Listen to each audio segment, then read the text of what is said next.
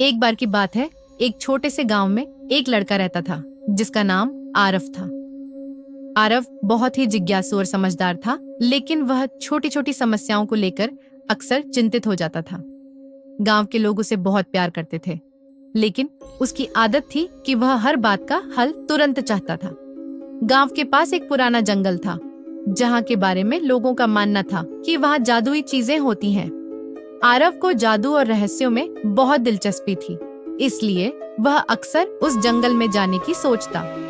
एक दिन जब वह बहुत परेशान था क्योंकि उसकी फसल खराब हो रही थी, उसने तय किया कि वह उस जंगल में जाकर अपनी समस्या का समाधान ढूंढेगा। आरव ने अपनी यात्रा शुरू की। जंगल में घुसते ही उसे महसूस हुआ कि वहाँ कुछ तो रहस्यमय है। पेड़ बहुत ऊंचे और घने थे और वहाँ की हवा भी ताजगी से भरी थी। चलते चलते उसे एक बूढ़े साधु मिले। साधु ने पूछा, बेटा, तुम यहाँ क्या ढूंढ रहे हो? आरव ने कहा, बाबा, मैं अपनी समस्याओं का समाधान ढूंढने आया हूँ। मुझे हर समस्या का हल चाहिए। बूढ़े साधु ने मुस्कुराते हुए कहा, तुम्हें समाधान चाहिए तो पहले तुम्हें धैर्य और विश्वास सीखना होगा। चलो, मैं तुम्हें एक ऐसी चीज देता हूँ जो तुम्हारी मदद करेगी। साधु ने उसे एक पुरानी किताब दी और कहा, ये एक जादुई किताब है। इसमें हर समस्या का हल छुपा है, लेकिन याद रखना, इसे खोलने के लिए तुम्हें सच्चाई और धैर्य के साथ प्रश्न पूछने होंगे। अगर तुम जल्दीबाजी करोगे तो यह किताब तुम्हें उत्तर नहीं देगी। आरव ने साधु को धन्यवाद दिया और किताब लेकर अपने गांव लौट आया। उसने सोचा कि अब उसकी सभी समस्याएं हल हो जाएंगी। पहली समस्या, फसल की बर्बादी। आरव ने सबसे पहले अपनी फसल की समस्या के बारे में किताब से पूछा। उसने किताब खोली तो उसमें लिखा था, फसल की देखभाल केवल बीज बोने तक सीमित नहीं है। मिट्टी, पानी और धूप का सही संतुलन जरूरी है। आरव ने इस उत्तर पर ध्यान दिया और अपने खेत की मिट्टी का परीक्षण किया।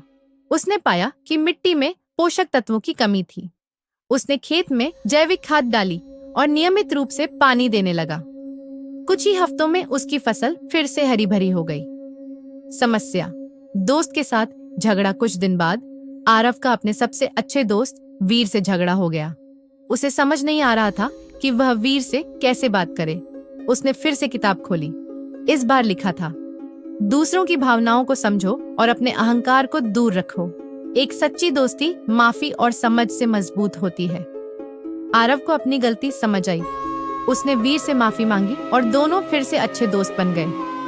तीसरी समस्या, गांव में पानी की कमी। गांव में पानी की समस्या गंभीर होती जा रही थी। लोग परेशान थे और आरव से मदद मांगने आए। उसने किताब खोली और पढ़ा, प्राकृतिक संसाधनों का संरक्षण करो और मिलजुल कर समाधान खोजो। आरव ने गांव वालों को इकट्ठा किए और सबने मिलकर एक तालाब बनाने का फैसला किया। उन्होंने बारिश के पानी को इकट्ठा करने के लिए छोटे छोटे गड्ढे बनाए और तालाब को साफ रखा। कुछ ही महीनों में गांव में पानी की कमी दूर हो गई। समय के साथ आरव ने महसूस किया कि किताब से मिलने वाले जवाब केवल दिशा दिखाते थे, लेकिन असली समाधान उसे अपनी मेहनत और धैर्य से मिलते थे।